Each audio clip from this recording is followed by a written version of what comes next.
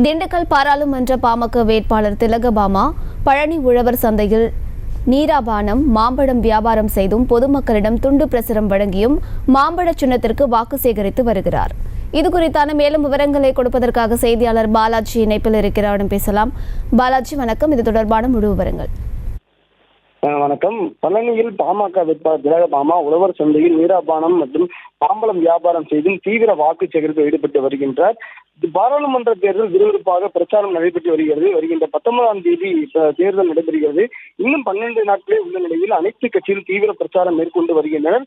இதனையொட்டி திண்டுக்கல் பாராளுமன்ற பாஜக கூட்டணியின் பாமக வேட்பாளர் திலகபாமா 2வது நாளாக பழனியில் உழவர் சந்தை, நகராட்சி தக்காளி மார்க்கெட், பேருந்து நிலையம், காந்தி சிலை, ஆயக்குடி, கலிக்கநாயக்கம்பட்டி, கோதைமங்கலம் உள்ளிட்ட இடங்களில் தீவிர வாக்கு சேகரிப்பில் ஈடுபட்டு வருகிறார்.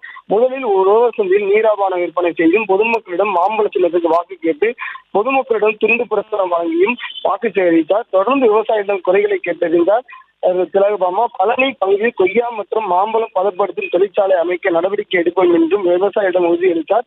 பின்னர் மாம்பழம் கடைக்கு சென்று மாம்பழ வியாபாரியாக மாறி மாம்பழம் விற்பனை செய்து வாக்கு சேகரித்து வருகிறார். இதில் பாரதிய ஜனதா கட்சி, பாட்டாளி மக்கள் கட்சி, தேமுதிக உள்ளிட்ட நிர்வாகிகள் கலந்து கொண்டு தீவிர வாக்கு சேகரிப்பில் ஈடுபட்டு வருகின்றனர். அமரத், விவரங்களை வழங்கியமைக்கு நன்றி பாலாஜி. செய்திகளை உடனுக்குடனும் துல்லியமாகவும் தெரிந்து கொள்ள சப்ஸ்கிரைப் பண்ணுங்க.